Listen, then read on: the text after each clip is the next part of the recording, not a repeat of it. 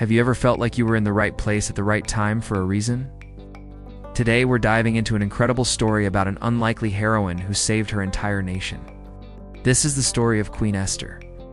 Our story begins in the vast Persian Empire, where a young Jewish orphan named Hadassah, better known as Esther, is living with her cousin Mordecai. She was known for her remarkable beauty. And when King Xerxes was looking for a new queen, Esther was chosen from among all the women in the land. She kept her Jewish identity a secret, a crucial detail that would soon change the course of history. Meanwhile, Esther's cousin Mordecai was a faithful servant of the king.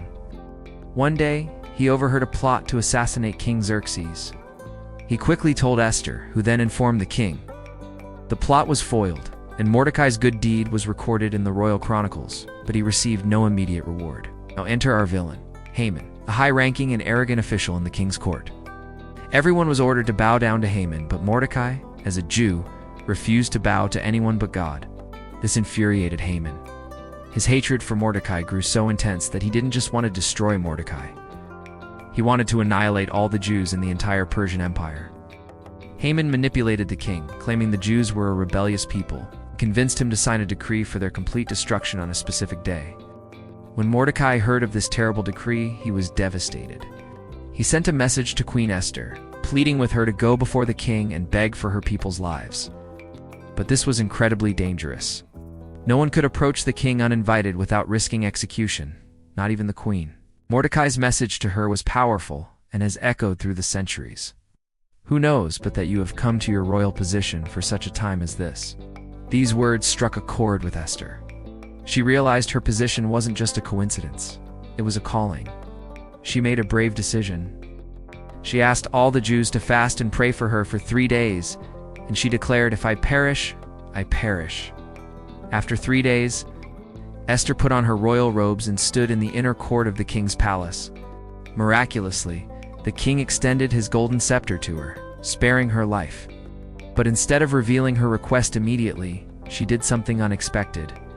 She invited the king and Haman to a private banquet, and then she invited them to a second banquet the next day. Haman left the first banquet feeling proud and important, but his mood soured when he saw Mordecai still refusing to bow.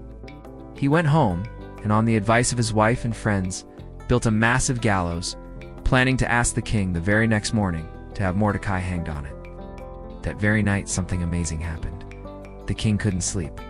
He asked for the royal chronicles to be read to him and was reminded of how Mordecai had saved his life from the assassination plot. He asked, "What honor and recognition has Mordecai received for this?" His servants replied, "Nothing has been done for him." Just then Haman arrived at the palace, ready to ask for Mordecai's execution. Before he could speak, the king asked him, "What should be done for the man the king delights to honor?" Haman, thinking the king meant him, described a lavish ceremony, royal robes, the king's own horse, and a parade through the city. Imagine his shock when the king ordered him to do all of this for Mordecai, the man he despised. The next day at the second banquet, the king again asked Esther what she wanted. This was the moment. With courage, Esther revealed her secret identity and Haman's wicked plot. She pleaded, "If I have found favor with you, your majesty, and if it pleases you, grant me my life. This is my petition. And spare my people. This is my request. For I and my people have been sold to be destroyed." The king was enraged when he learned that Haman was the one behind it, and that the gallows Haman had just built were intended for Mordecai, the very man who had saved the king's life. The king's decision was swift. He ordered Haman to be hanged on the very gallows he had prepared for Mordecai. The immediate threat was gone, but the original decree to destroy the Jews still stood.